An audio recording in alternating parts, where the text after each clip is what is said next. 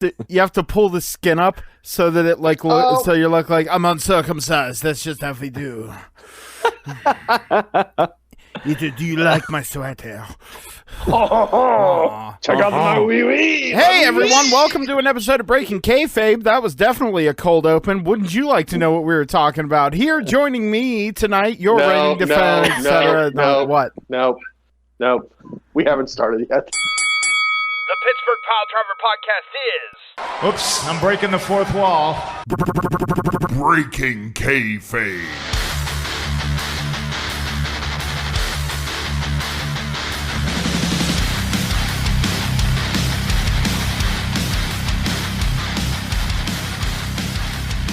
Hello, Yinzers and Yins.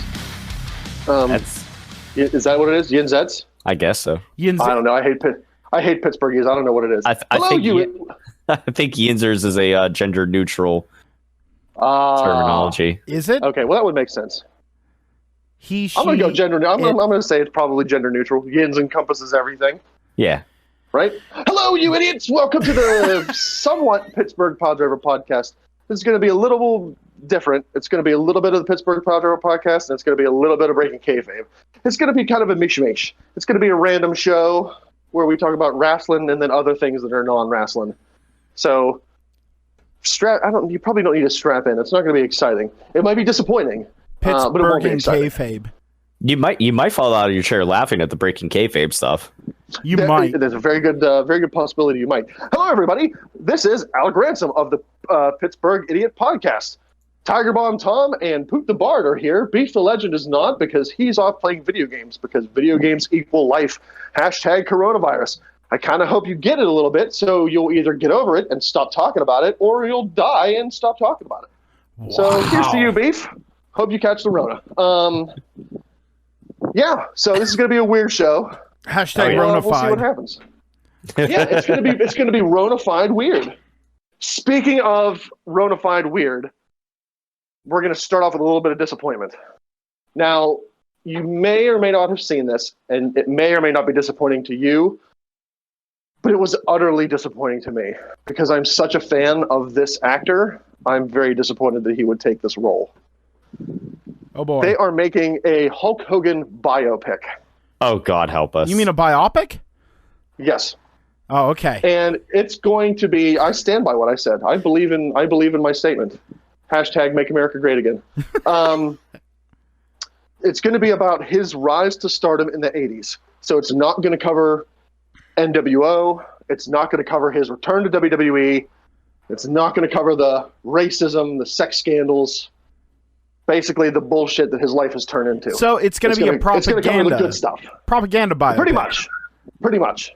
But that's not the disappointing part. The disappointing part is the actor that has been, I don't know if confirmed, but according to this article, this actor has been confirmed to portray Hulk Hogan. You guys want to take a guess? Tom, let's each take a guess here. Okay. Don't look it up, Poot. I'm not. I have a question though. Is it a very well-known actor? Yes, extremely. Oh, well, it'd kind of be ironic. Are they getting The Brock? No. Is it going to be John Cena? No. Okay. It is going to be your boy, Thor himself, Chris Hemsworth. What? Wow. That's so disappointing to me. Yo. Because Chris Hemsworth, I'm not afraid to say it. Chris Hemsworth is a handsome-looking dude. Oh, I'd bang him. Like, I would turn gay for Chris Hemsworth. Stinky Tate and all. He is a hot-looking piece of Asgardian ass. Especially in Endgame. Yeah. Hulk Hogan was never that. Hulk Hogan was never that. He was never. A sex icon. He was the kids, yay, we love Hulk Hogan because we're kids and the fucking redneck American flag waving America. Okay, he was never a sex symbol. Let's put this in perspective for you saying he wasn't a sex symbol. Yes, to you and me he wasn't, but to how many moms were like, okay, little Jimmy, I'll take you there so I can see muscly Hulk. No, I don't think so. I just don't. Like, I don't see him, even to moms of the 80s, you know, when their kids were into wrestling. I don't think moms looked at him and went, yeah, I'm wet for him. Like, I just, I don't. I'm wet. Hashtag wet for Hogan. Oh, no, get that hashtag 80s, started. Hashtag wet for Hogan. If you look back in the 80s, he wasn't he was never a handsome dude. He was a burly, brawly brother. A burly, brawly brother. Can we make that a t-shirt, please? Burly, the triple B, burly, brawly brother. Oh my God. I'm loving this episode already. I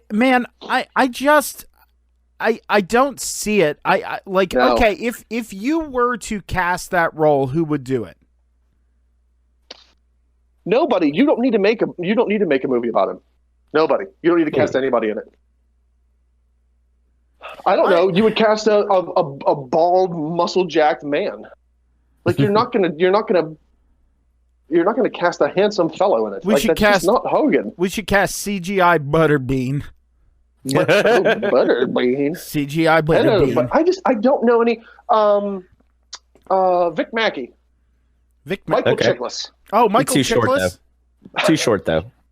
Yeah, but like no one else looks like Hogan. Well, okay. Nobody's a Hogan-looking dude. If anyone can listen, if they can make Tom Cruise look tall in movies, then they can make Michael Chiklis look tall. Well, they made him look like the Thing, so that's true.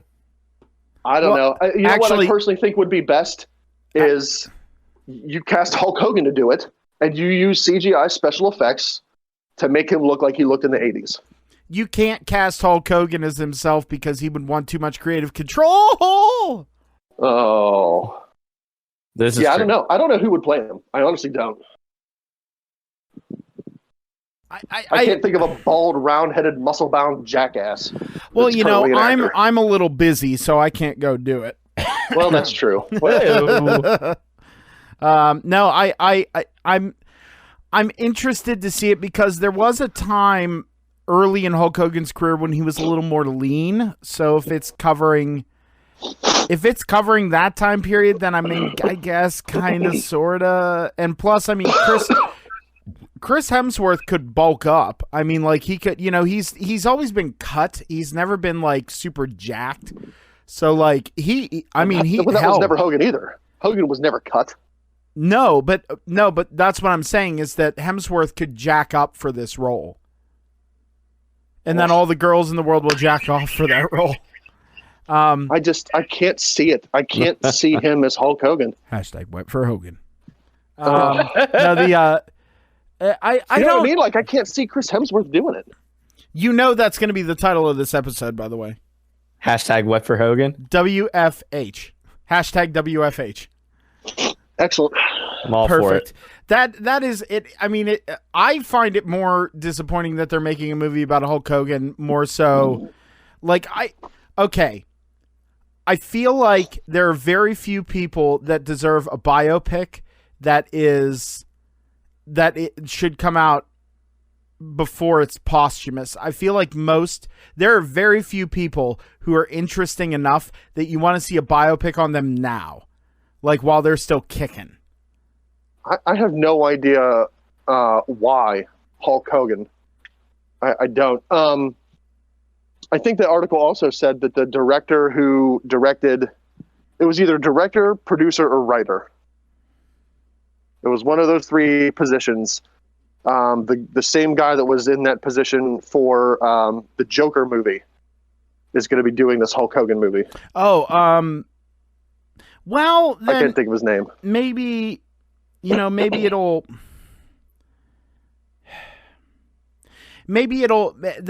be good. Maybe it'll be like at least cinematically interesting.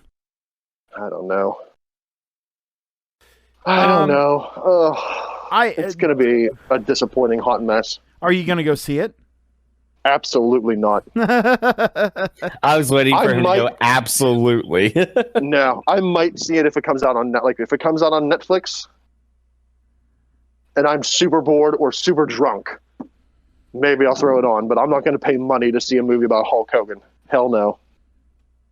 That dumbass doesn't need any more money. No, and especially with him winning that was it Gawker, the Gawker trial? You know? Oh my gosh! Yeah, he got like over 100 million or something, didn't he? I banged my best friend's wife, and I deserve all the money.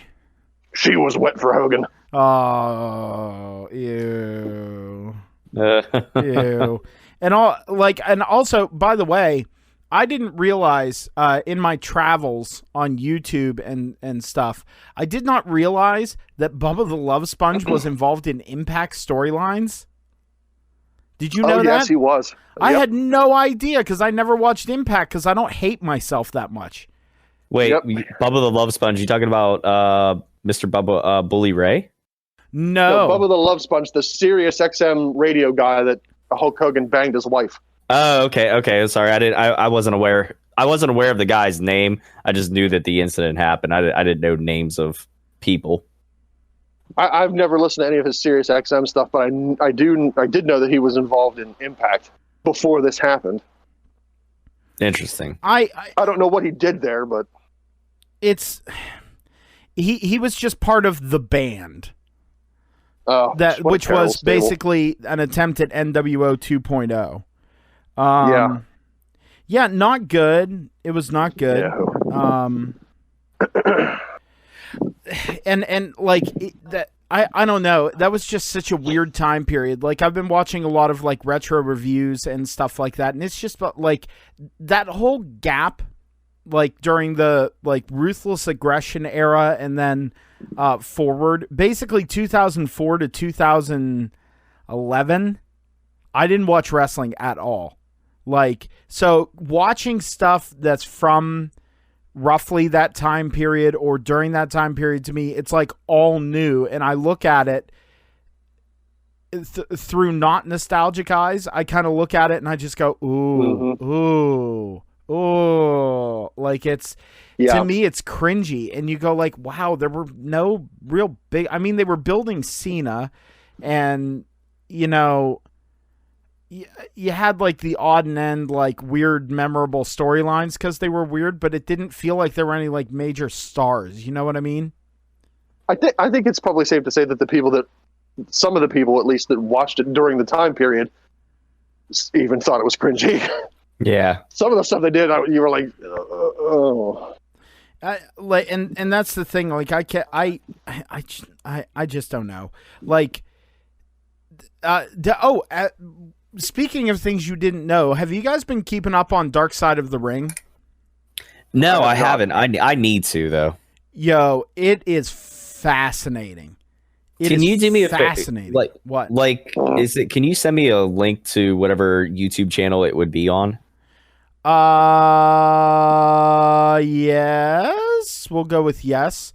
Okay. I just like if you just go into YouTube and type in Dark Side of the Ring. Like, you can see which ones are going to be the full episodes or not. Like, I love watching the one on the Montreal Screwjob because, like, it's everything that you know, plus a couple little tidbits that make you raise your eyebrows and go, huh. Like, for example, did you know that Scott Hall is a tinfoil hat guy on that? He thinks it's all a conspiracy theory and that everyone was in on it, including Brett. Yeah, he thinks that Brett was in on it, and it was a way to get Brett Heat to go into WCW. Huh. No, I didn't know that. Yeah, there's different conspiracy theories out there that said, like, Vince and Brett concocted this whole thing to get Brett more money in WCW. Wow. You think maybe it was a way to try and just, like, suck more money out of them, you know what I mean? Like in the sense of personally, like, no, go ahead. Finish what you're saying. No, I did that. I'm sorry. I like, dude, I'm in my basement working on guitar stuff so much that like just the sawdust and detritus down there, like my sinuses are all screwed up right now. So I apologize. I apologize to any listeners. You're not going to get the vape noises, but you're definitely going to get some sniffly doodles. Yeah, that's all right. Let me see here. But no, go on. I apologize, Ransom. I didn't mean to cut you off. I don't buy into a lot of those conspiracy theories surrounding the Montreal Screwjob because, as you can see, most things in wrestling that try to be conspiratorial, they wind up coming out. Because people in wrestling are worse than high school girls. They can't keep their mouth shut.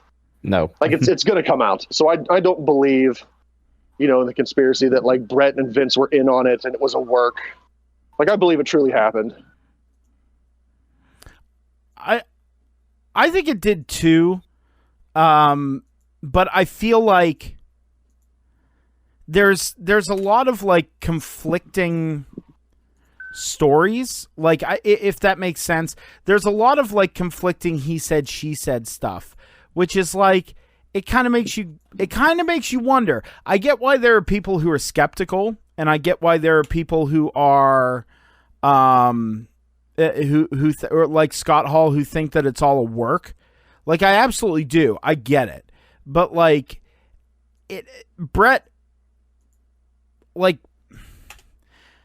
I was going to say, can you see McMahon taking a punch from someone and getting knocked down? But I'm like, you know what? I could see him walking into a locker room, standing in front of Brett and go, you ready to do this? Brett goes, yep, got to tie it all up. Brett punches him in the face, just goes, sorry, Vince, I could see it. I could see how people could be skeptical, but I think it actually happened. Yeah, I think it happened too. So look, we started out on a downer, both about the fact that Hulk Hogan is having a movie made out of him and it's going to start Chris Hemsworth. But I've got two more wrestling things that I want to throw out to you guys real fast, and then we can wash our hands of wrestling if you want to, and get into, the goofy fun stuff of the show. The goopity goos. Yeah. The goopity goos. I was listening to a Grilling JR episode, and they were talking about different announcers and different managers. So I wanted to get your guys' take on it. If you had to pick a Mount Rushmore of managers, who would be on your Mount Rushmore of managers? I'm gonna let you guys brew on that for a minute. I'm gonna give you guys mine. So on my Mount Rushmore of managers, I would absolutely have to have Bobby the Brain. I would have to have Paul Heyman. I would throw Ric Flair in there as not the managing that he did in TNA. I think that was sad. But when he was kind of doing the managing for Triple H, the promos that he would give off and the converse, like if you would go back and watch some of the promos that Stone Cold and Ric Flair did when Ric Flair was in Evolution and managing Triple H, it's some of the most hysterical stuff I've ever seen. Oh yeah. And the fourth one I would have to say would be Sensational Sherry. And the reason I say that is maybe not so much because of her on screen.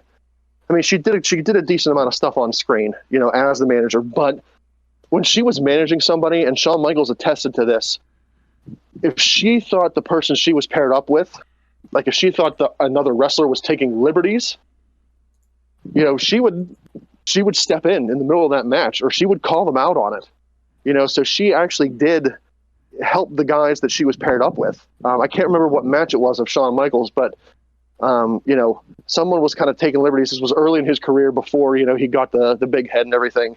Yeah. But she like he got knocked out of the ring, and she kind of said to him like, "Hey, he's making you look like a fool. Like you can't, don't do this. Do this, do that." And she gave him a lot of good advice in the middle of matches, and helped out a lot of people in their careers as a on-screen manager. So for me, she would have to be up there on that Mount Rushmore. All right, my Mount Rushmore, I'm definitely putting Jim Cornette. Say what you want about the man and his opinions and everything.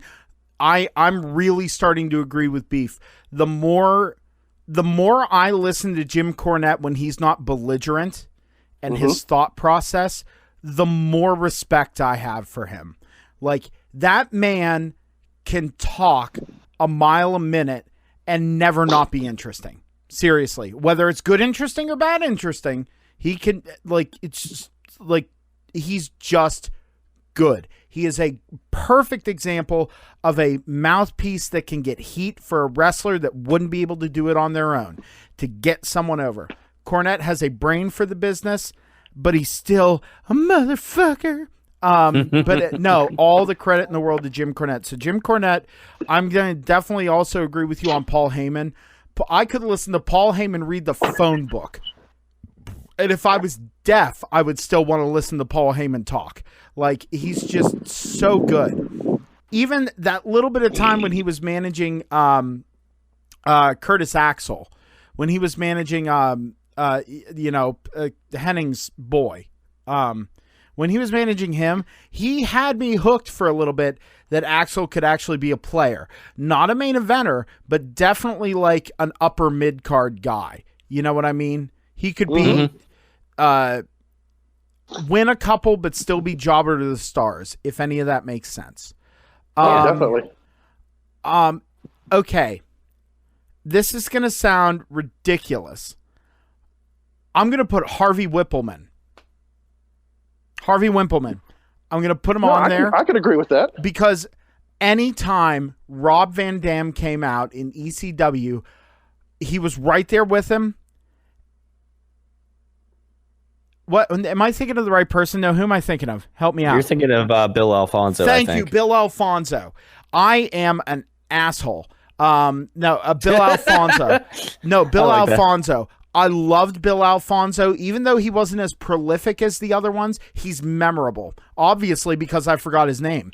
But Harvey Whippleman, regardless, Harvey Whippleman is the other one. Like, it's people that you remember. Like, it's managers that made a mark. It's managers that were there. I would also, as a backup, even though she didn't really do a lot for them. That's not a manager. I would actually throw instead of the one I was gonna say, which was Sonny. Sonny was a valet, but manager, I would honestly put right up there as a co-contender for one of those spots, Zelina Vega. She's really fun. She's really fun. She's definitely probably one of the best ones of the modern era, and besides Paul Heyman, obviously. I mean, like I think for mine, I was trying to think of like who was good in each era. I would definitely put Bobby the Brain Heenan. I would put Cornette. Definitely Paul Heyman, without a doubt. And I'd probably go with Sherry, just because she had such a powerful influence. Back in the day as a woman's manager and stuff like that, like just being more than a valet. Sonny is an honorable mention, I would say. But she's a valet. She's not a manager. Yeah. I think she has more eye candy than anything else. Yeah.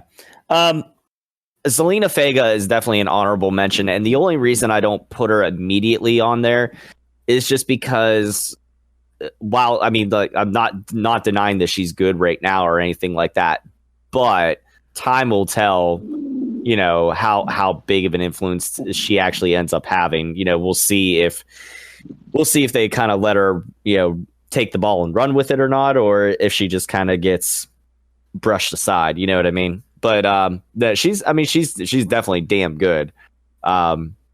With just everything, the psychology of things and her physicality, she's really, really good. And it's kind of a dying thing nowadays. You really don't see too many. But no, you really don't. I agree.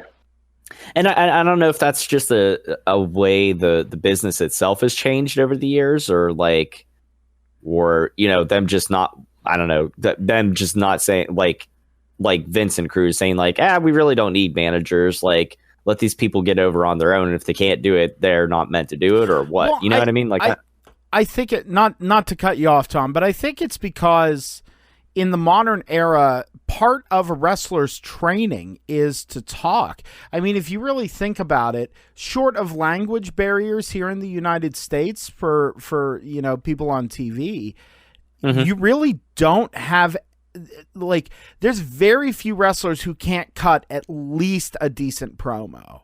Right. So, like, I feel like that's the reason why that's gone by the wayside. I mean, a perfect example, as a matter of fact, of someone who suffered that and really could have used a manager. I posted in the Discord here was Dino Bravo back in the day. So Dino Bravo, like he was Hulk Hogan of Quebec. He was Hulk Hogan up there, and there was supposed to be a match between him and Hulk Hogan in Quebec, but WWF pulled Hogan at the last minute because they were worried that Hogan was not going to get the cheers that Bruno was. They wanted Hogan. Hogan was supposed to be the face in all this, but Bruno was so beloved that like Hogan would get booed just because he wasn't Bruno up there. But when Bruno went to work for the WWE... Bruno or Bravo? Dino Bravo. Thank you. I'm sorry. Yeah, that's okay. It's been a long couple days. That's all right. No, seriously, like I installed tremolo on a guitar. Like I've been working a lot. I haven't been sleeping great. So you're going to have to forgive me. I'm just letting word vomit happen. So anyone out there, I am a wrestling fan as far as you know. So anyway, the Dino Bravo, like he was so popular. And then whenever he was brought into the WWF, when he would try and cut a promo, because he had that, he spoke French primarily, and when he tried to speak English, it was so heavy and broken that people didn't really know what he was talking about, especially when they tried to turn him heel. Like no one, and be this, Canadian, hating American, and he couldn't get his message across. Like then, you need a manager who can be a mouthpiece for the person. But in this day and age, it's kind of a passé thing, but whenever it does happen with someone who's really talented, it's magic. Oh yeah, and the thing that surprises me is when you have somebody that does have that language barrier. I mean, not obviously not to get racial and like not to pick on people, but look at like Shinsuke Nakamura and Asuka, like both amazing talents. Their English, their broken English is pretty good. I mean, in general, but as far as really connecting to the crowd, sometimes it's just not there. When you have somebody in that position, like why not put a manager on them? Like I don't know, or do like they've been doing with Asuka whenever her and Kairi Sane were teamed up there, having her doing all her stuff in Japanese, because it makes her more. It just puts more heat on her that way, because the crowd's like, we can't understand you, and we know you're saying something that's pissing us off, but Well, it's the reverse of what happens in Japan. Over in Japan, whenever a gaijin wants to get heat, he would not speak. He wouldn't speak Japanese, or he would do one of two things: either speak English, or he would try and speak very broken Japanese. Mm-hmm. So it's kind of, I get it, but like, they could, I feel like they could really, really, really, really benefit from a manager. Yeah. But I mean, it's just, it's a matter of utilizing your resources properly, Agreed. I don't know. It's, it depending on the manager too. Like another reason why Paul Heyman would be on there is not only the work that he did in WWE, or ECW, but in WCW he was part of the Dangerous. He was the leader of the Dangerous Alliance there. That fucking alliance was stacked, like with talent. Yeah. I mean, God, that was amazing. And it's just, a good manager goes a long way. But I agree with you in the fact that it's probably not as prevalent nowadays, because of the fact that they want to be able to have the people get themselves over. Like, if you go out there and you got all the stuff, but you just don't have, you can't cut a promo on the mic. We've seen it happen to other wrestlers where they fall by the wayside, I absolutely agree. Like, I mean, but so there we go. There's little bit of wrestling talk. Ransom, you said you had something else to bring up as well.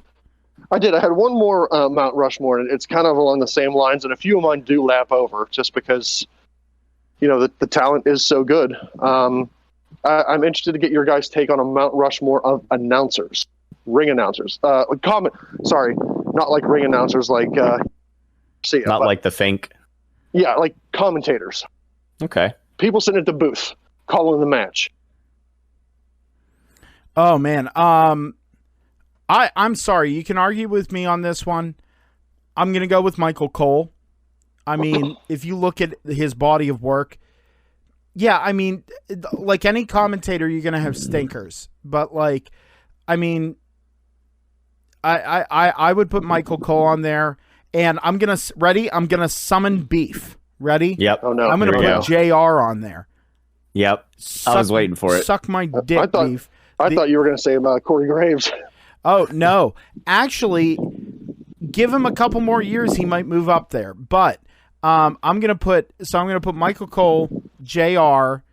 I'm gonna put oh my god! The past couple episodes, anytime I try and think of names, my brain just goes, "Nah, you don't need that. You don't need that mess in your life." Names are overrated. They are, right? Jack off number 4. Who did he announce for? What promotion? I keep wanting to say Mauro Ranallo. Oh, okay. I'm going to put Mauro in there because I remember the first time that I really heard Mauro was during the CWC, and him and Daniel Bryan, maybe it was just because they were so relaxed with each other, but Mauro Ranallo is amazing because his knowledge is so deep, and he really, really gets worked up and excited. And if he's the lead guy, oh, wait a minute. No. Last guy, number 4, come on. Gorilla Monsoon. I loved Gorilla on commentary, like especially when I go back now, being a little smartened up to how things go. Gorilla Monsoon made everything feel big fight. I know you could argue Vince McMahon as a commentator, but man, I'm going to tell you something. Here's Vince McMahon's legacy on commentary. It's 1, 2, and he... No. Yeah. Yep. That's Vince McMahon on the... But Gorilla Monsoon made things fun. So there's my 4. Mauro Ranallo, JR, Michael Cole, and Gorilla Monsoon. All right. Very good. I got we got a few that might overlap. I'm going to put Michael Cole on there. I'm going to put JR. I'm going to put Joey Styles.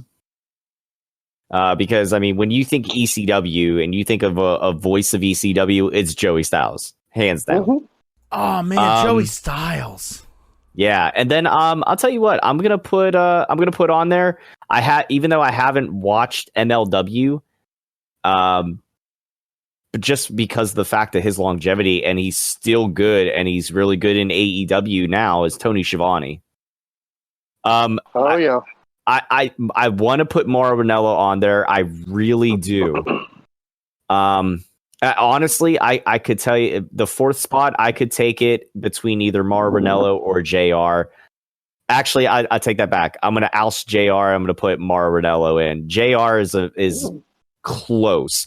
I think the only reason I would kick JR off now is because I think with JR, the reason why he was so good back in the day was because of the dynamic with him and the King. Now, I'm not saying that the King deserves to be on there, but I'm saying because like the King was so outrageous and JR was such a straight man that it was the perfect blending of styles. So I think if you didn't have JR back then, maybe, or if you didn't have Jerry the King Lawler back then, JR might not been quite as good. I don't know. I think it's the other way around on that, but I won't argue. But either way, I'm gonna put I'm gonna make JR just like kind of, almost there. He's kind of tied with Mauro for the 4th spot, but I would definitely put Michael Cole, Joey Styles, Oh my God. Why did I blank on who else I was saying? Yeah, Michael Cole, Joey Styles, Mauro Ranallo, Tony Schiavone. That's 4. That's 4. Okay. Yeah. Why do I feel like I missed one? Well, it's Mount Rushmore's 4 heads, man. I don't know why I was. I don't know. Yeah, Michael Cole, Joey Styles, Mauro Ranallo, Tony Schiavone. Corey Graves would definitely.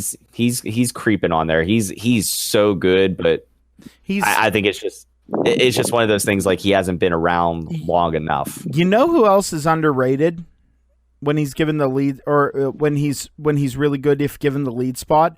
Nigel McGuinness. Yeah, super good. All right, Ransom, what's yours? Oh, sorry, I was hydrating. So a few of mine do lap over. Bobby Heenan. I think he was on the commentary position. I can't think back to one match that Bobby Heenan called that wasn't good, like to where he was a stinker. I can't find one match where I listened to it and went, Bobby, you really weren't on your game that match. He always was on. Paul Heyman, because I think some of his best commentary work, some of the best things that he did was during the Invasion angle in WWE. He was on commentary with JR. It was amazing. You know, he really painted the picture and really helped that dynamic of WWF versus the Alliance. You know, even getting into the commentary. So you had wrestlers, you had refs, and you even had the commentary of WCW versus the Alliance. He did an amazing job on commentary. My last 2 spots, they kind of, you know, coexist with each other. It's JR and the King. You know, say what you will about, you know, JR now, maybe in AEW, you know, the King, you know, if he's on like a pre-show or something doing that. Maybe not their best work now, but when they were in their prime, the 2 of them together, they were when it came to announcing, that was wrestling for me. Like, when I look back on wrestling, when those 2 were at the announce booth together and it was the 2 of them, that was wrestling. Listening to JR and the King, they complemented each other so well, and they painted such amazing pictures. And they worked so well in balancing each other out, you know, between a blend of you know, educating on JR's side and entertainment on the King side. So that would be my 4 Mount Rushmore of commentators. I'm glad that we have the overlap. And to be perfectly honest with you, I'm not even gonna lie. I wish Beef was here to contrarian us all. Yeah. I like, and I will give you credit with JR and the King. Like, I feel like, and I was saying this with Tom, and I said I'm not going to argue it, but like you said, you felt like if it wasn't for the King, would JR have been that good? I feel like it's the other way around, because we've seen the King in scenarios where JR is not there. And it's always just like, he's like the shitty, creepy uncle who's at fucking like holidays really that you don't want to talk to, and you're pretty sure has some kind of sex crime on his fucking like thing. You're just like, he's there, and like occasionally he'll say something not even poignant, but like I think JR pulled like emotion from the King versus the King pulling, you know, serious match calling JR out. One could argue it's hand in hand, but I really think that it's JR made the King better. Oh no, yeah, you're absolutely right on that. I don't know how I was really trying to phrase it, but in that respect, yeah, absolutely. Like, I mean, if you look at even look at them now, like, okay, yeah, JR's, you know, obviously like not what he once was. But if you look at them now, I would definitely rather hear JR on AEW commentary than hear the King on any of the stuff that he was doing on Monday Night Raw with whoever. He was just trying to make those jokes that that wouldn't fly nowadays, and it's just kind of like, all right, like he's like that, he's like that old guy like hanging around with college kids. It's kind of like, am I right? Am I right? No, you're not, dude. Hello, fellow young people. Yeah. Hello, fellow young people. Yeah, I think with my picks on that, I think if it hadn't been for JR, like if they weren't a team, the King would not have made my Mount Rushmore of commentators. But I think it's because of the teamwork that they did together, they were golden.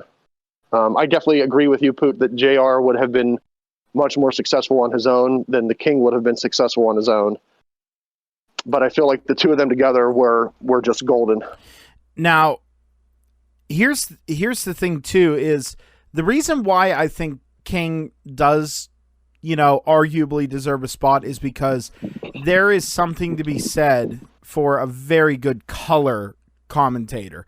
Like when you have someone who's a good color guy, I like that's so good because it's the traditional comedy duo of the straight man and the goof off. You know what I mean? Mm-hmm. It's the odd couple factor, and I think that was the charm of JR and the King, is the fact that it was JR trying to be a serious journalist and a serious fight caller, and the King screaming about tits. You know what I mean? Like, yeah, absolutely. It's very true. Like, I mean, it sounds goofy, but it's very true. No, I think you're spot on. I really do. So there you go. So that was it. That was all I had for wrestling talk here this evening. I know it did kind of go a little long, but I have something to pose to you guys because, like, I mean, as far as it goes right now, I understand wrestling is still going because AEW has filmed or is filming, and they have a couple weeks in the hopper, and WWE apparently is an essential business. I mean, fucking whatever. Like, I that's a whole can of worms I don't really want to open. But like, I watched Raw. I watched the Hulu version of Raw, and I'm glad to see guys like Angel Garza getting highlight spots, and I'm glad to see like Austin Theory is being used. But it just, and it's not because of the lack of the crowd. I that's a factor. We can't ignore that. But it's the fact that like everything just feels meh. Like it's all very meh, and it's all very confusing. To be fair, I didn't watch NXT from last week or this week. To be fair, I just. Do you guys think that it would behoove WWE and even AEW to just stop? Just stop for a couple weeks. It would get... Now, my argument is, yeah, I understand there's bigger things, bigger economic and businessy things happening, that it's not as simple as just, okay, we're going to shut the doors for a couple weeks. Because, I mean, talent needs to be paid and people need to be paid and everything. But, I mean, do you guys really think that this is necessary? Because, like, the argument that was made before was that, oh, well, we need entertainment in this time to keep people's spirits high and everything like that. But, fuck, we have the internet. You know what I mean? Even if we didn't have the rest of the internet, we have YouTube. If you had one site and you had YouTube, that is literally billions of hours of entertainment for free $99, and you can find something on there, whether it's watching wrestling history or video game stuff or technical videos on like how to repair your fucking car. Like, I mean, it's there. And I feel like people also are kind of going, well, that's cool, you're offering that sport, but literally every other sport in the world is not doing anything right now. Why is WWE different? No, I'm with you in the fact that like there's other ways that you can keep yourself entertained, and how many people are pretty much buried in their phones anyways nowadays. Like I'm sure, I'm sure that it's not a very big stretch for them to just be like, oh, well, like we could just go watch stuff on the network, or we could go, watch stuff on YouTube or whatever. Or here's a novel idea. Get up and do something else, like do a puzzle, play some card games, do some board games with your kids, go for a walk. Fucking, you don't have to be glued to the TV. Novel idea. I mean, this coming from, somebody that's streaming 8 hours of Final Fantasy VII last night. Well, I digress. Which was fun, by the way. I didn't watch all of it, but it was fun. Dude, it is.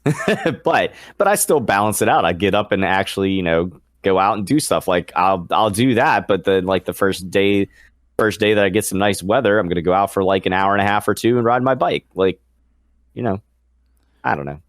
All right, so I know that Beef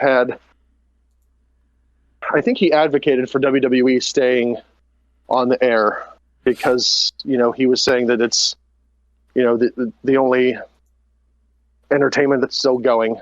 I'm maybe quoting him wrong on that, but I feel like I've had this argument with him before. I feel like it's unnecessary to categorize sports entertainment, professional wrestling, however you want to phrase it, as essential. I can't for the life of me. Elective surgeries are not essential. And I'm not talking about boob jobs.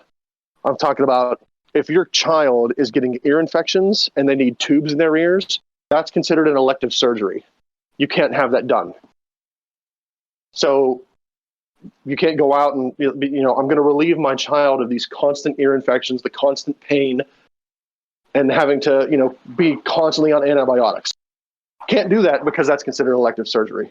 Dentists are considered an elective surgery. So unless it's an emergency, you can't have anything done. And the same with chiropractors. Unless there's, I don't even know if there's an emergency when it comes to chiropractors, but chiropractors are closed.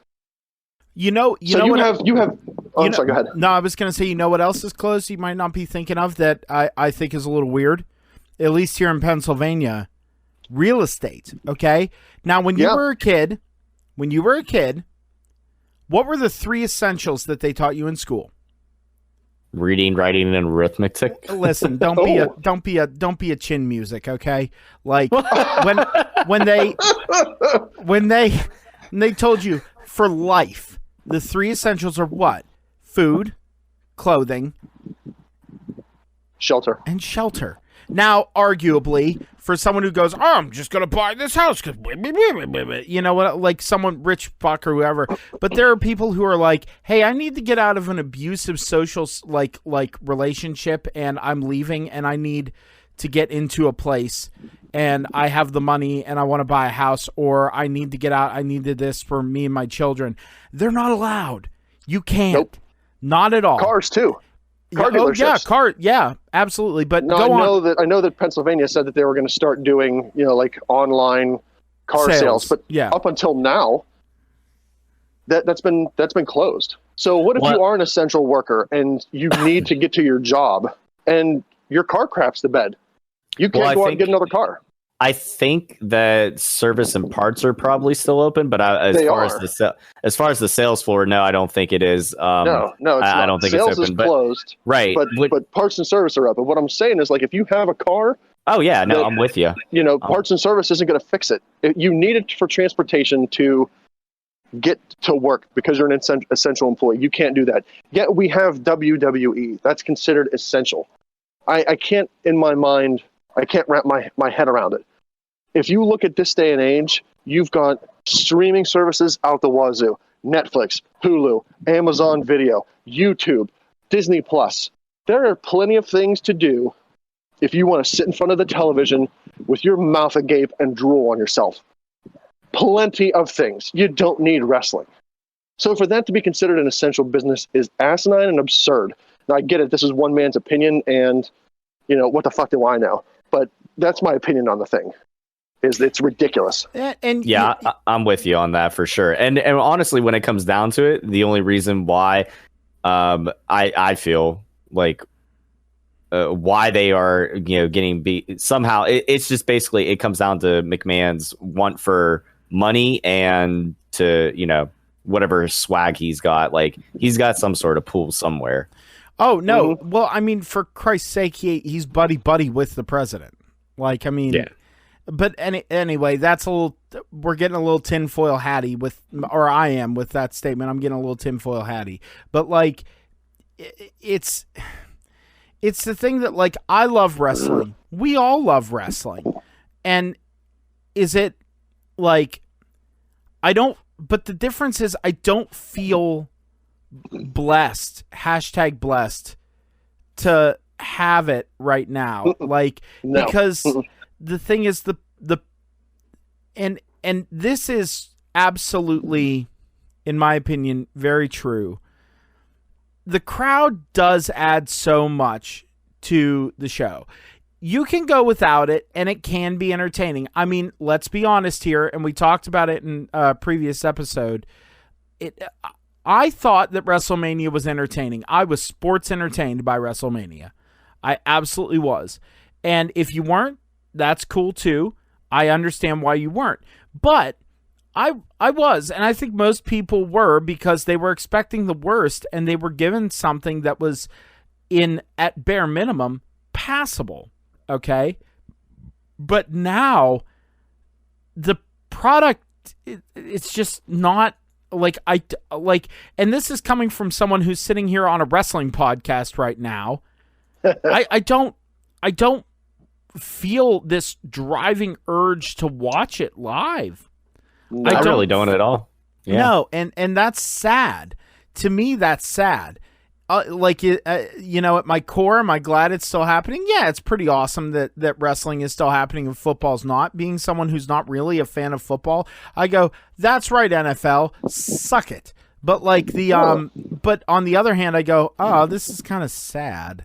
Like, maybe I'm overthinking it though. I don't think you are. I don't. I mean, fuck. Like, whatever. I think, of anything, what WWE should have done is shut down live shows and then gone, hey, why don't you go back and really, really, like, lay into the fact that it's like, hey, enjoy the history of wrestling. Subscribe to the WWE network. Sell the value of the network. Sell it.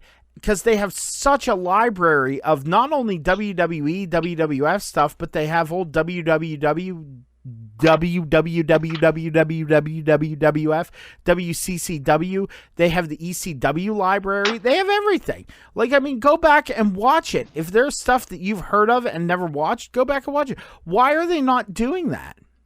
Yeah, I don't know. That seems like a wasted opportunity there. We know WWE has never ever wasted an opportunity. Definitely not. Like, yeah, right. To me, that's the thing that makes sense. Is push how important and how deep the history is. So to get people to go back and watch this stuff so that whenever the product does come back in full earnest force, that it's ready to go. And people are excited and want to see what the future is going to be and be part of that history.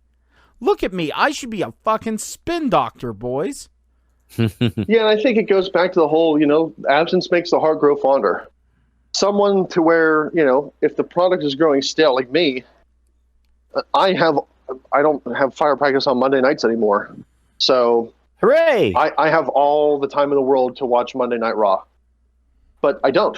Because I'm not interested. Like, it's not one of those things where it's like, okay, I'm going to dedicate 3 hours of my life to watching this, and it's going to pay off for me. I don't feel like it will. It's grown stale. Like, I'll watch stuff on the network every once in a while, and when they have their pay-per-view events, I watch those. And that's kind of how I've been for, oh, good Lord, ever since we started this podcast. Like you guys would do, like Raw reviews or talk about what happened on Raw or NXT. Like, I have nothing to add to that. Because I don't have the time, and B, I'm not that invested in those weekly programs. I watch the pay-per-views, but maybe for a fan who the product is growing a little stale, maybe absence makes the heart grow fonder. Once, we start to clear out of this Corona thing, God knows how long that's going to take. when the product does come back and does begin to be, in front of live audiences again, maybe if you don't have it for a while, that's going to increase people's desire to want to dive back into it and get back involved in the weekly programming. I don't think so. I think that people are going to become jaded, and the bad press that comes along with the fact that WWE and Vince McMahon did not acquiesce to everything going on. Like, I really feel like this is painting a bad picture. Then again, maybe I'm just being a naysayer. That could very well be. You think this could do them damage? Yes. Like, I mean, honestly, I think it could, because every other sports business, individual person, small businesses, even to the detriment of them possibly not reopening after this is all over, has gone, you know what? We need to do the right thing. We all need to be part of this. We all this, we all that, we all this. They've all done it, except for Vince McMahon, who's so hungry and so proud. You know, what's the old saying? Pride goeth, right? You know what I mean? Pride goeth before that fall. And the thing is, though, whenever things do get back to normal, because the playing field is going to be level, to be perfectly honest with you, I could see AEW really making strides. I could see people, if they played their cards right, Raw and Impact could make strides. I'm not saying they're going to take over and WWE is going to fall by the wayside. Never. I mean, they have their name, and that's the problem, is that they have their name that they're riding on. But like, you know what I mean? I'm just saying that, like, they should have gone, let's do the right thing this time. Do it, push the network, and then come back and just continue on. But they didn't. I agree with you 100%. Fuck. 100%. And, we've really gotten into a lot of wrestling talk, but whatever. It's a wrestling podcast. Beef had brought this up. I don't know if he brought it up on the last podcast or in, our group chat, but he said that, isn't there a mandate in WWE right now that they're not to be mentioning Roman Reigns' name? Yes. Yeah. Absolutely. What's up with that? So, in my line of thinking, again, could be way off, but this is what I think whenever I hear something like that.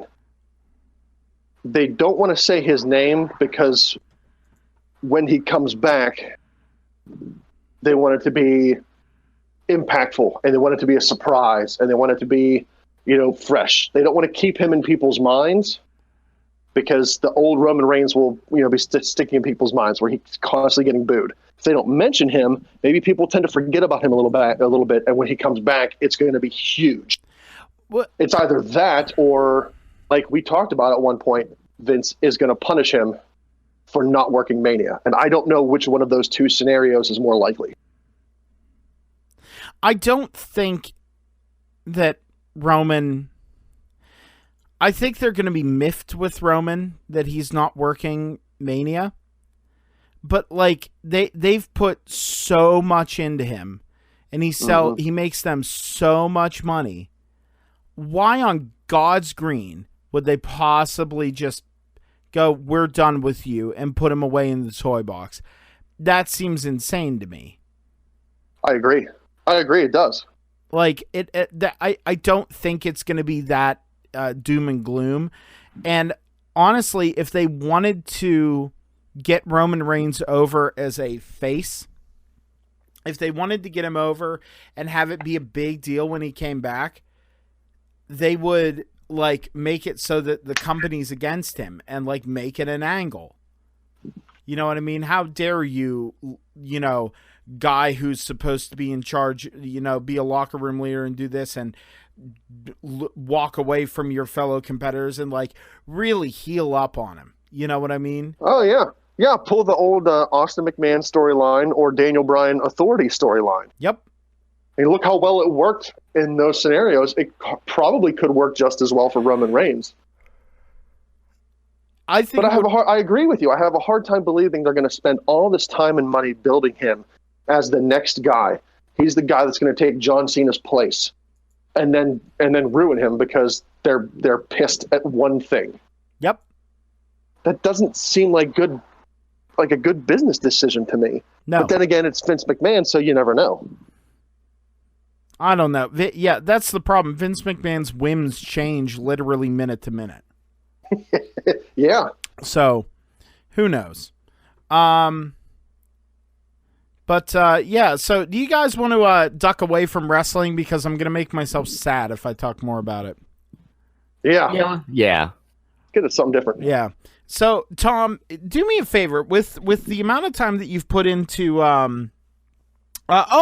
before we go any further, actually, on that strain, hey, Ransom, you want to do me a favor? Oh, yes. Thank them sponsors, big boy. Hey, everybody. Thanks. Thanks to Casual Gaming Dad. He does video games. They're entertaining. You should watch them. YouTube, Twitch, some other thing probably. Facebook. That's a thing. If you can get past the coronavirus stuff and all the experts, you'll find him, an expert at video games. And unlike all of the fake Facebook doctors, this man who talks about video games knows about video games. So why not listen to somebody who's actually educated on the subject instead of some dum-dum out there who's just spouting off bullshit? Right there, Casual Gaming Dad, an expert in his field. Go check him out. Also, Sean Tisler. We enjoy IWC in Clearfield. Not right now, because nobody's enjoying anything in Clearfield, except for the fine broadcasting done by our compatriot, Poot the Bard. Oh, thanks, but wrestling-wise, there's nothing going on in Clearfield because we're all disease bags. But when it's over, John Tischler puts on a hell of a show with IWC in the Clearfield area. So you should check him out as well That's the best I got. You did a wonderful job. I'm very proud of you. and I'm like, you know what? You've given me the feeling of what it's like to be a father to see his son walk for the first time. Thank you. Oh my. But no, speaking of which, Pootmas is this weekend, and I'm very sad because I'm not going to be able to hang out with my buddies, not going to be able to watch some caged combat in Clearfield and everything. It looks like Pootmas is going to be spent at the house alone. What day is Pootmas? Is it Saturday or Sunday? Sunday this year. Sunday. It is Sunday. Sunday. Well, Pootmas. Well, you know what? We do have the technology, and we could try to do something. It's via. We could have a virtual celebration. We could. I'm taking it as, and that would be lovely. Thank you, boys. I am just thanking my lucky stars, and it was a very good gift for Pootmas that I thought I was going to have to work on Pootmas, that because of this COVID craziness, both spelled with K's, by the way. I thought I was going to have to work Sunday because my schedule for a while was altered to where I worked Sunday through Friday, and I had to shift my hours so that I worked the same amount of hours. So I left work early during the week, but also had to work Sunday. So it all evened out. But thankfully that changed as of last week, and I don't have to work Sundays. So Nice. I get anymore at all. Well, for the interim. Okay. Until Nice. if this keeps going, then we might run into a problem. But we'll cross that bridge when we come to it. But yeah, Pootmas is this weekend, and gonna probably just spend it, playing some guitar, not working on them, playing them. I also do that along with working on them, and probably Play yourself some Animal Crossing. Dude, I feel so bad. I feel so shitty because I bought that game, I got into it, and I realized very quickly, because the in-game clock functions in the real world, it functions on a real world clock, So Right. like I went, oh balls, this is going to be something that I would have to like schedule my day around if I wanted to really play it effectively. You know what I mean? Ooh, And that doesn't sound fun. I like, and it's awesome. And like, I have a whole bunch of friends who play it, and it's cool. But like, I don't have the time for that right now. I just don't. Like, I Right. don't. And the other thing is too, and like last night I spent a good amount of time watching Mr. CGD over there himself, Mr. Tiger Bomb Tom, play Final Fantasy, and this leads back to my original question before we introduced Ransom so lovingly thanked the sponsors. Tom, what is your estimation of that game so far? Is it everything that your chode wanted and more? It's definitely not disappointing me. I will tell you that it's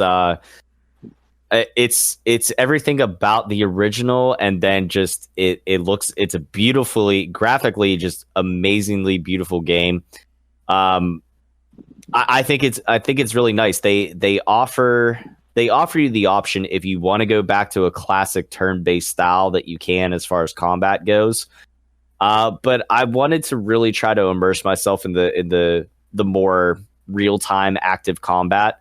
So, I mean, you saw how it is, watching me run around and fighting shit.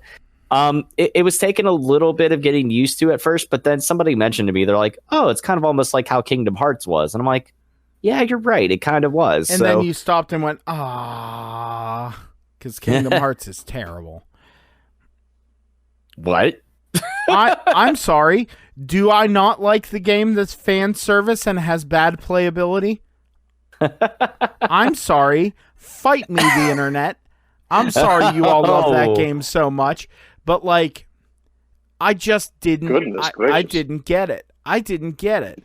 And like, that's all right. Yeah, it like maybe now again, anything that I don't like, I'm willing to give another chance.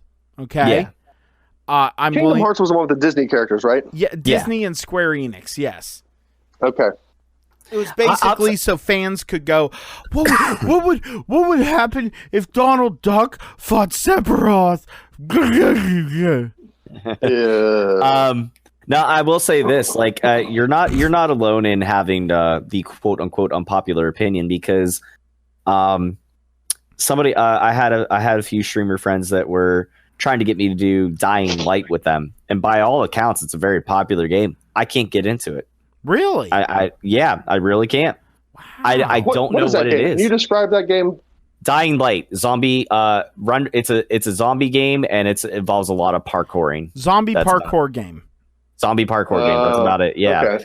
I don't know what it is. It's not because it's definitely not the zombie factor, because I love zombie games. We know that. That's well documented. Mm-hmm. But it's something with to do with the first person view. I'm not huge on a lot of big first person games.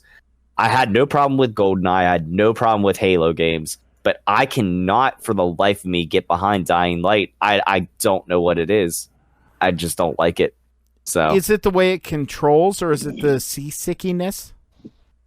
I think it's more the way it controls. I don't know. It's just so weird. Like having to jump up and grab the ledges and stuff like that. It seems like so janky sometimes. Like I'm just like, nah, right. Fuck this. Well, Yeah. let me ask you guys this. How often do you feel like for me, it's stuff like Kingdom Hearts. Like everyone fucking adores that game. And I go, nah, I don't like it. I didn't like it. And then everyone yells at you like you're wrong because, and I personally think, and I'm trying to get better at it in my day-to-day life. Like I go, like, it's cool to not like something. It's fine. You don't have to like everything. In fact, if someone likes everything, they're lying.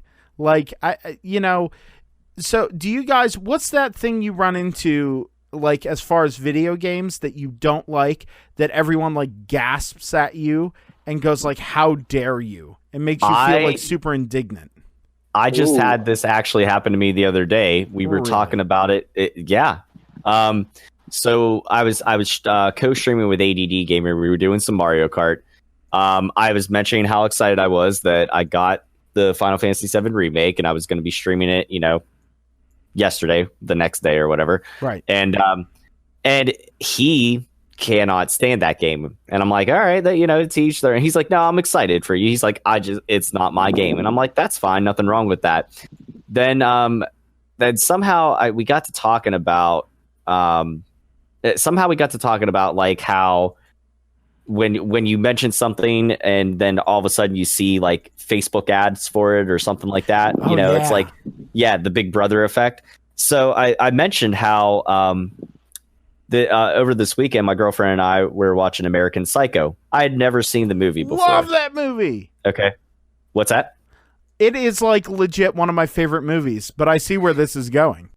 Yeah, I wasn't a fan. I like, it was funny. It was kind of cool. But at the end of it, when I got to the end, I'm like, well, what the fuck was this all about? What, like, this confession has meant nothing? Yeah, exactly. I'm just like, what the fuck? And that I was just like, why did I waste 2 hours of my life watching this? Let me lay this out for you, Tom. Okay, if I may. I'm not going to convince you. If you don't like it, that's cool. But the argument at the end of the movie, and it wasn't until I was seeing a girl in college for a little bit, and her favorite movie was that movie, and so I immediately was like, so like we were watching it, and at the end of it, she looked at me and said, "So what do you think?" And I'm like, "What? I've seen it a million times. I love it." And she goes, "No, what do you think? Was it real or not?" And I went, "What?" And she goes, and she looked at me and goes, "You really don't get it, do you?" And I said, "No, what the hell is going on?" The argument at the end of the movie, and Ransom, spoilers. That's fine. The argument at the end of this movie, Tom, is because and spoilers for everyone else out there. So Patrick Bateman's secretary goes into his office and finds his planner. Yeah. Right? And she turns pages and it slowly gets more and more fucked up. By the way, if you pause the movie at that point and look at the stuff that's drawn there, it's really weird. But so the argument is, was that all in his head or did it actually happen? Oh no, I get that. I get that that's kind of the conflict. And I read an article about it, about the ending of it, and from all accounts, they're saying everything most definitely did happen, and that the reason why like the lawyer was calling him the wrong name at the end was just because everybody did that back then, because they're so self-centered and so busy and so focused on in their own little worlds that they often did that. Like even in the beginning of the movie when they were out at the restaurant, they're like, "Oh, isn't that so-and-so over there?" And he's like, "No, that's this person. So-and-so is blah, blah, blah, blah, blah, blah." But it was easily confusable because so many of these people worked for, they're like, "Oh, I thought that was Bob." And like, "Oh no, like that's Joey." They both work at this firm or whatever. So it's just like, they're all fucking got their heads up their asses. But again, it was just like, I don't know. I don't mind fucks like that, but it just felt like there wasn't enough of a payoff at the end for me. I was just kind of like, I was underwhelmed by the end of it. I think it's because you're supposed to have those debates. You're supposed to have those things of, I personally think that it's one of two directions. Either none of it happened and it was all in his head and he doesn't understand that because he was hallucinating. He was living he's schizophrenic. Yeah. Or the other one is it did happen, and the reason he was calling him the wrong name at the end of the movie is because they're covering up for him. Like everyone who's in the know is covering up and saying they don't know him. Like it's all this giant agreement, and he doesn't know how to process that. The reason why I'm on the side of it definitely all did happen, and then it's just a lot of mistaken identity and people being self-centered sort of thing, is because whenever he goes to the what have been the other guy's apartment, the guy that he killed or whatever, and he goes and the the lady that's showing the apartment, she's like, "Oh, are you my 2:00?" And he's like, "No." And she's like, "Oh, did you see the ad in the Times or whatever?" And he's like, "Yeah." And she's like, "There never was an ad." And she realized like it was him, and she's like, "You need to leave now." Like, yeah, but she realized who he was and what he was, and why there was all like that fresh coat of paint and everything, and no bodies or anything. No, the reason why she was so calm is because she's part of it, and she's like, "Oh, you're the guy. Okay, get out. We're trying." It could be that too. It could be that too, and on a deeper like meta level, it's like really the whole movie is a lot of like basically a portrait of male masculinity around that time and stuff like that, and just it's. Listen, there's a lot of stuff. There's a lot of stuff about it, but honestly, it just wasn't a big enough payoff for me. I'm gonna be disappointed in you if the next time that you're doing the horizontal tango with your girlfriend, you don't tell her afterwards, don't touch the watch. I'm gonna be disappointed in you.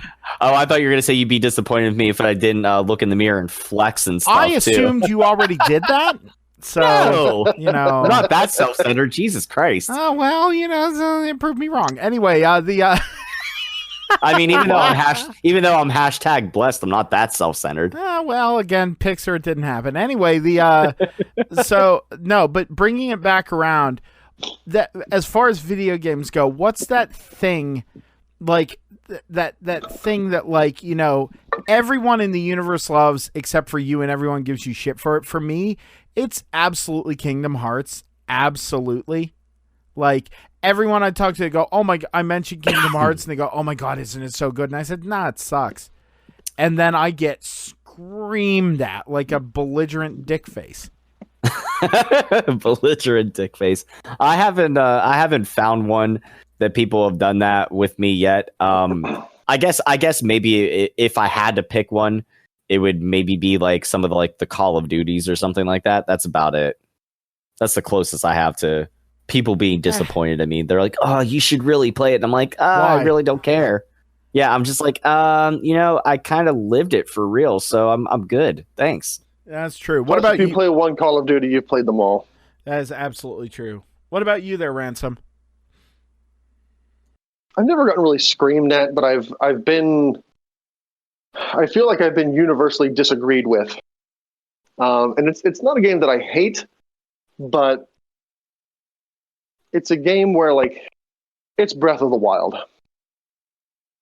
Everybody seems to love that Zelda game, and they goo in their pants over it. They're wet for Breath of the Wild, and was it a fun game? Hashtag wet for Hyrule. Wet for breath. I mean, was it a fun game? Yes. Should it have been a Zelda game? No, I don't believe it should have, because if you look at everything that encompasses a classic Zelda game, this was not it. And I mean, the argument is, well, it's something new, it's something fresh. Look at the open world, and yes, it was good. I'm not saying it wasn't good. I'm saying that it doesn't feel like a Zelda game to me. Would you say Zelda games is? Go ahead. Would you say it was? Would you say it breathed a new breath of the wild into the series? No, I don't. I don't, because I mean, if you look at Zelda games, it's about exploring dungeons, and you collect different items in those dungeons, and those items that you collect help you not only pass the dungeon that you're in, but help you do other things throughout the game. And throughout the history of the Zelda franchise, getting real nerdy here, but that's who I am. Throughout the history of the Zelda franchise, it was, surrounding this object, the Triforce. Ganon or Ganondorf, he had part of it. Zelda had part. Link had a part. The Triforce isn't mentioned in Breath of the Wild. You see it appear on Zelda's hand when she seals up Ganon and knocks the Guardians out. Knocks his dick in the dirt. Yeah, but they don't. What is that? They don't talk about it. They don't talk about Ganon holding a piece of it. They don't talk about Link having a piece of it. They don't even they don't mention. I don't think they mention the word Triforce, so they don't explain it. It's just it shows up on Zelda's hand when she lifts it up in the air. Boom, there it is. Well, the argument. hold on. Let me just finish out my disappointment. There's no real questing in dungeons to collect these items that will help you go further throughout the game. You get different items the higher level you get. The more hearts you get, the more shrines you explore. Different higher powered weapons appear throughout the game, but you don't keep them. They break constantly. People are arguing that, well, the shrines of the dungeons, they're really not, because some of the shrines you go in, you collect a treasure, you go up to the thing, spirit orb. They're not really dungeons. Most of the dungeons don't have enemies. And the dungeons that do, it's the little guardians, and you get one, maybe a handful of them. And that's not even in every shrine. So you're not battling enemies throughout the shrine, you're not battling a boss throughout the shrine. In the 4 divine beasts, yes, you are, but I feel like it was lazy. I feel the bosses of the divine beast being these different spawns of Calamity Ganon, I feel like that's laziness. Like, oh, Fireblight Ganon, Waterblight Ganon, oh, having a thought. Part of the fun of all the other classic Zelda games for me was to see what different boss you were going to fight. They were always different. I feel like if it wasn't branded as a Zelda game, I would be much more accepting of it. I'll tell you something. To be like a Zelda game, it just wasn't. It didn't do it for me. Kind of based off of that. I really can't say too much on Breath of the Wild, because even though I guess this could be something else I haven't gotten a whole bunch of shit for, but I'm surprised I haven't. Being a big Zelda fan like I am, I have not beaten Breath of the Wild at all. I haven't even beaten the first Divine Beast at all. Like, wow, it's very underwhelming. It's very underwhelming to me. I spent a whole lot of time just trying to explore as much of the map around me and just kind of open it up, because I knew it was going to be so open world. And I was just trying to get as many shrines done in my little area as I could. Like, I'd go to the tower in one area, and I'd try to get all the shrines in that little area, and I was just kind of pushing over further and further to the east. And I got to the point, I don't even remember what the hell area I was in when I left off, but it was talking about going to fight the Divine Beast, and I think I was getting ready to go kind of set towards fighting my first one, but I just never did. And I played it for about a month straight after it came out.